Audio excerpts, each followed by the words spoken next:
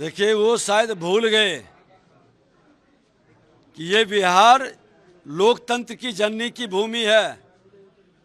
और हमने सदन में भी कहा था, बाहर भी कह रहे हैं कि अब रानी के पेट से राजा पैदा नहीं होगा।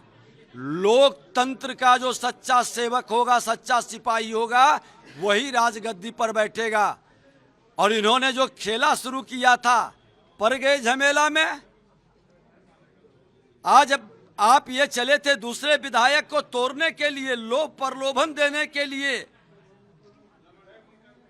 कितने कितने करोड़ का ऑफर, सत्ता में भागीदारी, टिकट की गारंटी।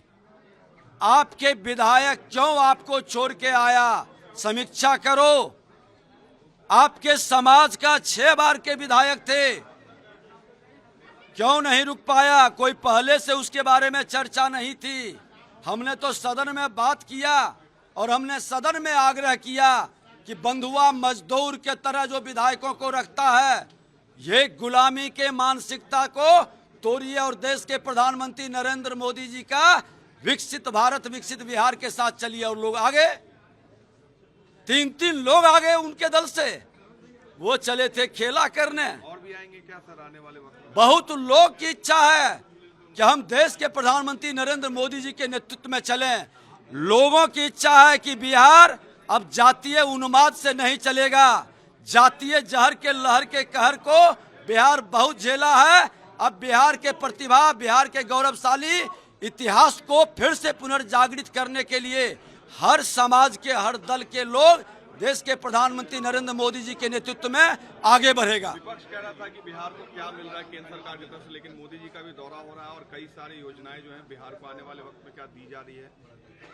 देखिए, निश्चित तौर पर आज बिहार को सबसे ज्यादा आजादी के बाद प्रधानमंत्री मोदी जी के ये दशक में सबसे ज्यादा लाभ हुआ है।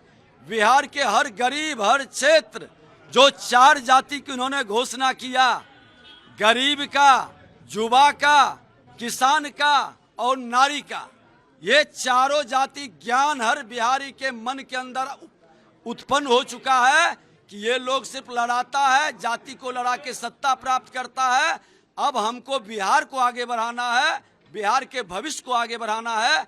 और जिन लोगों के मानसिकता में जाति विहीन समाज, हमारे लोकनायक जयप्रकाश नारायण जी का नारा था, वह नारा देश के प्रधानमंत्री जी साकार कर रहे हैं। जाति विहीन समाज, भ्रष्टाचार मुक्त बिहार, और यही नारा बिहार को आगे बढ़ाएगा। इन लोगों से जब तक राजद से मुक्ति नहीं मिलेगा, बिहार आगे नहीं बढ़ सकता। इसलिए अगले बार राजद शून्य पर आउट होगा। आखिरी सवाल सर, 3 तारीख को महागठबंधन की बड़ी रैली है पटना में, क्या लगता है इससे बीजेपी को कुछ नुकसान होगा? 40 सीटों पर ये हताशा और निराशा की रैली है।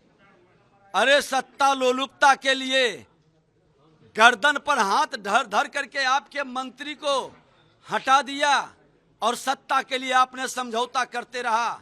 स्वाभिमान को बेच कर करके, जनादेश का अपमान कर करके सत्ता से पैर पकड़ करके रहा। फिर भी बिहार के मुख्यमंत्री जी की आत्मा जगी, क्योंकि नेता प्रतिपक्ष के नाते सड़क से सदन तक हमने कहा कि ये जंगल राज वाले को आपने सुधरने का मौका दिया, लेकिन ये गुंडा राज में तब्दील कर रहा है। और कई प्रमाण भी दिया। उन्होंने जनता के जनादेश का सम्मान करते हुए फिर से एनडीए सरकार बनाई। इनके रैली से, इनके यात्रा से और लोगों के उन्माद पैदा करने से अब प्रभाव नहीं पड़ेगा, क्योंकि 2/3 नौजवान डिजिटल योद्धा है, जो भारत को और देश के प्रधानमंत्री नरेंद्र मोदी जी के साथ चलना चाहता है, बढ़ना चाहता है।